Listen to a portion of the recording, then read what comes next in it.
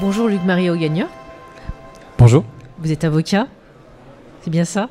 On est aujourd'hui au Centre des Congrès de Lyon pour l'événement The Web Conference, justement la conférence mondiale du web, également le Digital Summer, juste cette journée d'aujourd'hui. Alors on va rentrer dans le vif du sujet. C'est quoi le RGPD dont on entend parler tant depuis différents mois? Alors vaste sujet. Le RGPD, ou GDPR en anglais, c'est la nouvelle réglementation sur la protection des données personnelles qui vise à harmoniser au sein de l'Union européenne les règles en matière de protection des données personnelles, quel que soit le type de données qui est concerné. Il y a beaucoup de données personnelles. Évidemment, il y a les numéros de téléphone, les emails, mais c'est aussi les adresses IP et tout type d'informations qui permet de recouper indirectement les données l'identité d'un utilisateur, même indirectement. Donc voilà, c'est une nouvelle réglementation et c'est une nouvelle réglementation qui en fait pose surtout une façon nouvelle de faire du droit. C'est-à-dire que ça n'est plus seulement ou plus directement une série de prescriptions. Vous devez faire comme ceci, vous devez faire comme cela, vous devez protéger les données de telle façon, vous devez les conserver telle durée. Au fond, c'est à chaque organisme, à chaque entreprise de d'écrire son propre plan de conformité, d'écrire sa propre histoire, son propre scénario au fond. Donc c'est aussi une appropriation de la règle et donc une acculturation dans l'entreprise parce que les règles ne sont pas complètement figées. Donc l'entreprise a des choix à faire sur sa façon de répondre à des objectifs. Donc la règle n'est plus définie en tant que prescription, mais comme des objectifs généraux qu'il faut respecter. Et donc la façon d'y répondre dépend tout à fait de l'environnement dans lequel se trouve l'entreprise et des problématiques du niveau de sensibilité de données auxquelles elle se trouve confrontée, des risques auxquels elle se trouve confrontée. La loi va être appliquée le 25 mai prochain, donc le lendemain. Qu'est-ce qui va se passer concrètement pour les entreprises, les développeurs, les particuliers, tous ceux qui ont accès aux données personnelles en fait? Alors, ce qui va se passer le lendemain, c'est pas forcément très visible, mais c'est simplement qu'à partir du lendemain, en principe, les entreprises doivent être conformes, donc elles doivent avoir établi un plan de conformité. Et que si elles ne sont pas conformes, elles risquent des sanctions qui désormais sont beaucoup plus significatives. Et en quelque sorte, j'ai l'habitude de dire que c'est un peu la fin du Far West. Et que ces règles, elles existaient déjà auparavant, mais que les autorités de contrôle, en l'occurrence la CNIL en France, avaient plutôt un travail pédagogique et prononçaient peu de sanctions. Donc désormais, c'est des risques de sanctions.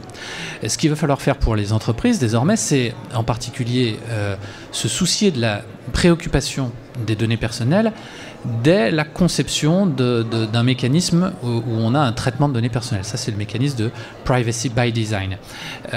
Et donc, ça signifie qu'il faudra prendre en compte les différents schémas de traitement de données personnelles.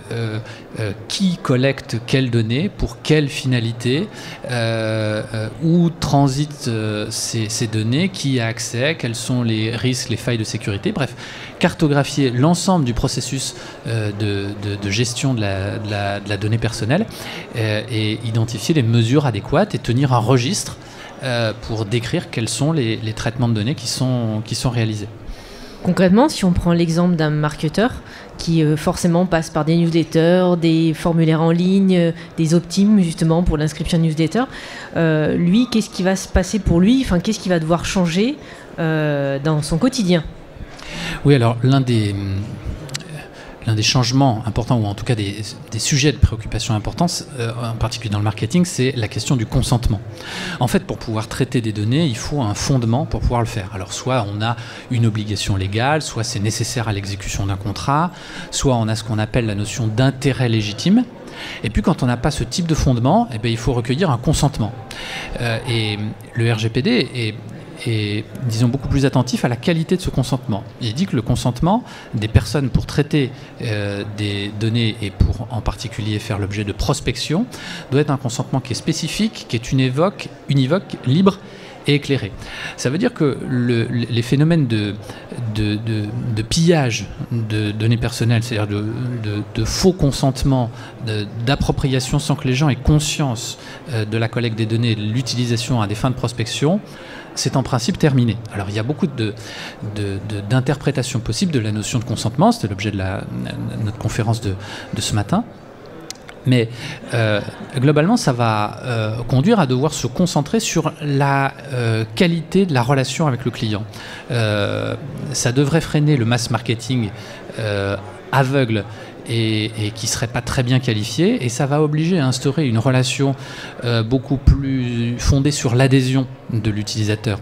Ce qui fait qu'en quelque sorte, on devrait passer d'une sorte d'économie de l'attention, où on est bombardé massivement de sollicitations, à une économie de l'émotion, où on va essayer de véhiculer une vraie émotion. Donc, c'est pas seulement un changement de réglementation, derrière tout ça, c'est aussi un changement d'air, un changement de culture dans la relation aux utilisateurs et aux données, et donc un changement de modèle économique.